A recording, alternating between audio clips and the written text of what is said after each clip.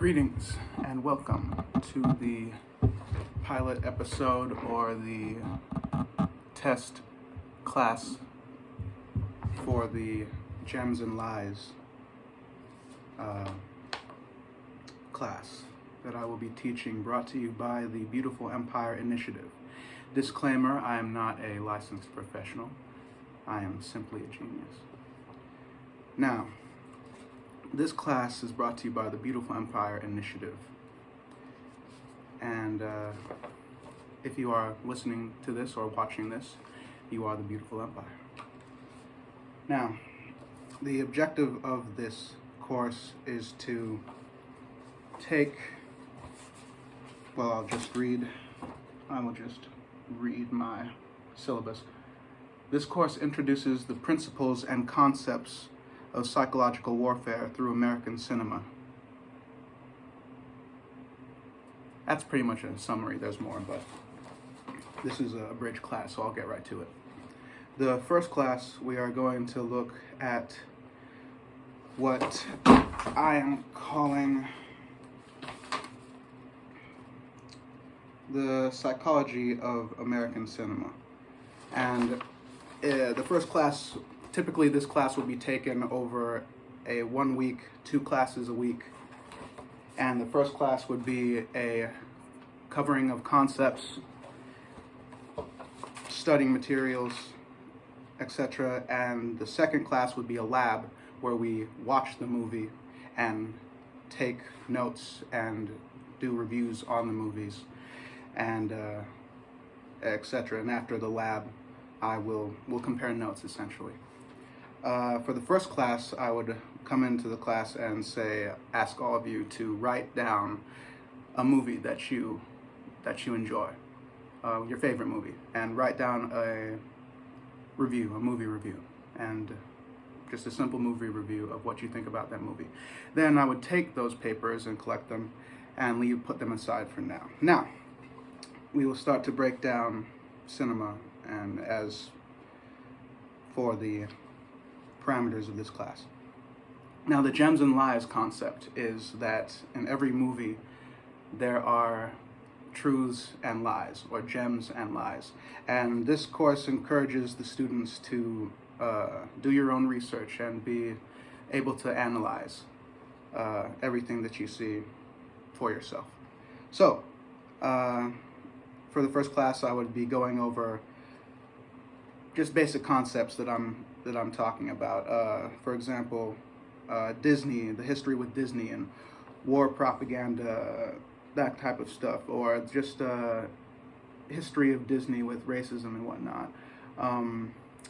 Samurai Jack, history with cinema, American cinema with racism is my point. Samurai Jack, Dragon Ball Z with blackface.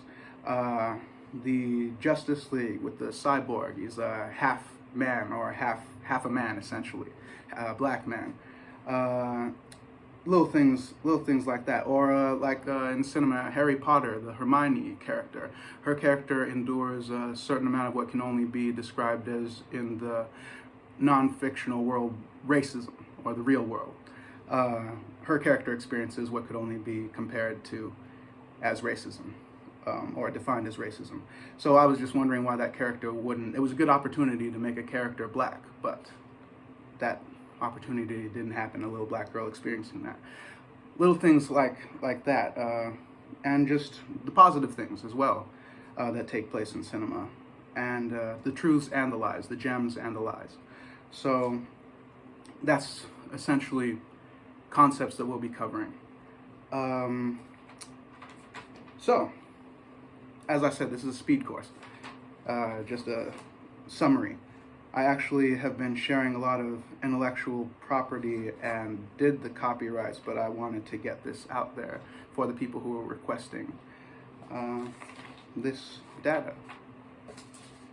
So, the first movie would be, or will be, or is rather, for this first class, The Lorax. The Lorax. I have some notes. So, the first movie will be The Lorax. And now would be the point where, since we're doing a speed course, I would ask you to watch the Lorax, take notes on whatever you think about the movie, a little movie review for yourself, whatever ideas pop into your head while you're watching the movie, and do that. Watch the Lorax, Dr. Seuss, the animation, and after you watch that, continue this video. I'll wait.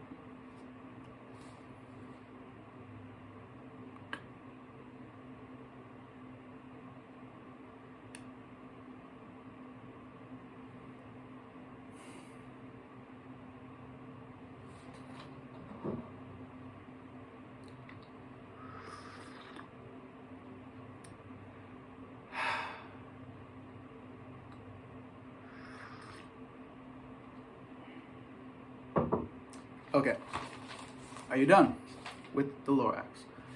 Excellent. Now, what did you think of the movie? You will have your notes out. I will have my notes. These are not the notes. They're general notes for the course.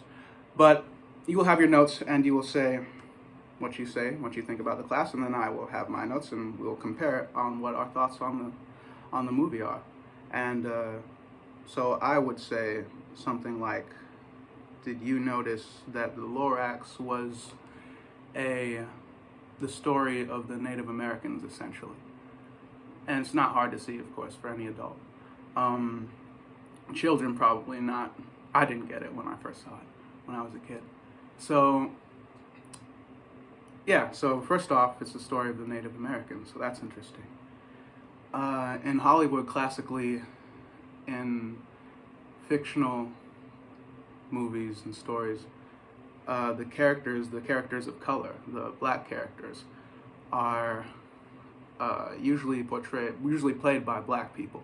Like, so if it's an outer space movie, Star Trek, Star Wars, what have you, if it's Alien, it's probably an opportunity to put a person of color into a role that is alien or essentially not human, which is an interesting thing. And the comparison, well, when I saw the Lorax recently, I saw the little bears and all the creatures, the animals of the forest. It made me think about the Native American culture with the spirits of the animals, and how everything has a spirit and how everything is alive, and even the earth and everything is alive. So when I saw the bears and stuff like that, it reminded me of the Native Americans and whatnot, like the people themselves, like representations of the people living in harmony with the earth. And it was the animals, of course, which the natives lived in harmony with. So essentially, it is the people of the earth being represented in such a manner.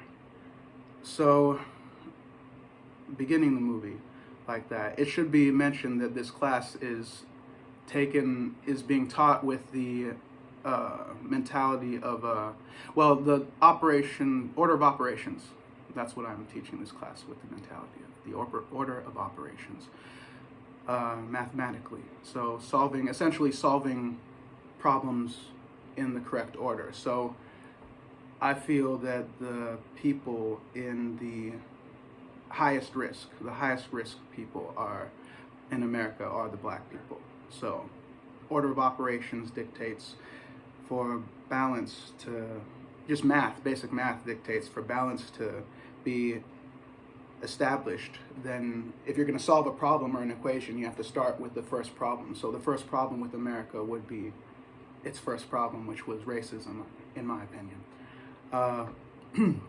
So the order of operations would start with the people, the children in the most need, or the highest risk, by American cinema targeting subliminally, and all children. You know, it affects everybody, but the highest risk, most targeted, would be starting with the black kids, next the brown kids, red, yellow, etc., and everybody on down to everybody.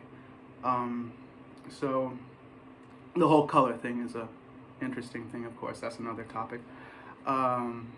Only one race, which is the human race.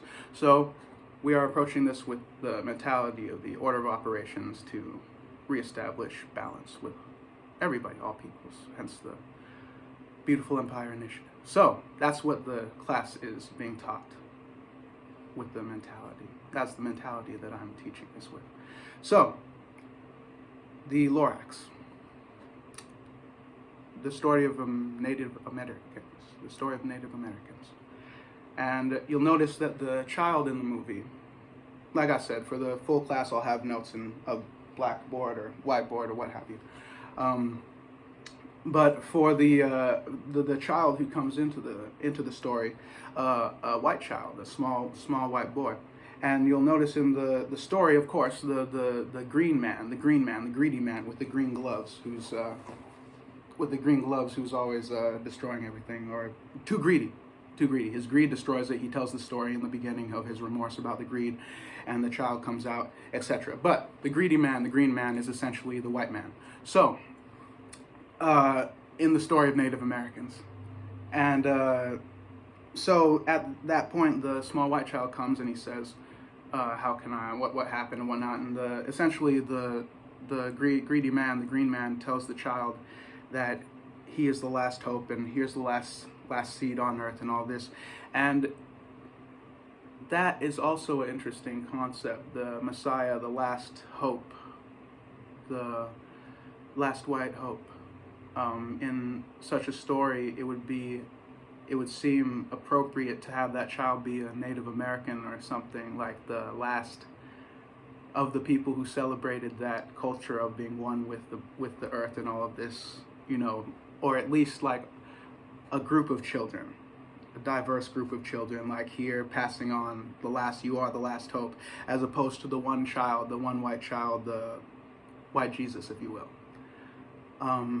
being approached in such a manner. Now, once again, this course originally was intended for a college level, etc. I can adjust the intensity of the way the material is delivered, if you will, based on age, etc. The ability to handle the information, if you will, and what everyone needs to take their information, how they need to get their information. So, as I said, I can be straight up, or I can straight up tough, or I can do the chill approach. I'm doing the speedy approach right now. So, the white hope comes into I'm just doing this straight up as fast as possible.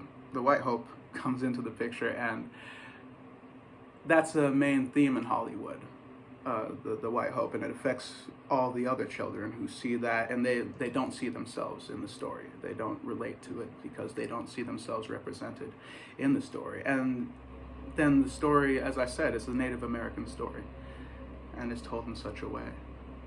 And that's just one point, just one point of that story, a simple point that I was trying to make. And as I said, in the actual class, the lab would be us watching the movie together, and you would be taking notes, I would be taking notes, and I would be pointing out key things that I noticed, and then waiting until the end of the class where y'all can point out key things that you noticed, or things that I might have missed.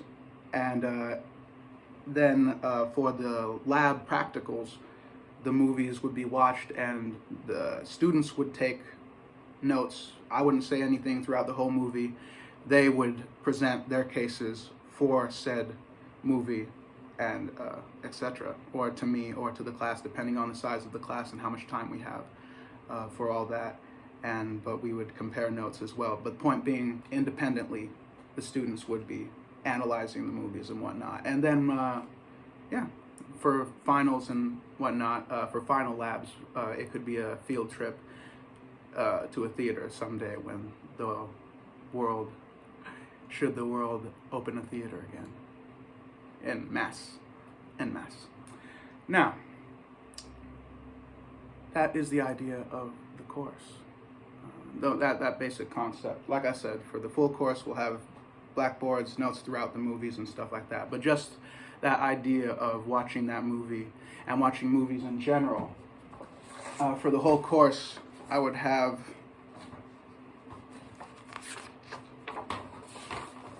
different movies that we would be watching. The Lorax would be the first movie.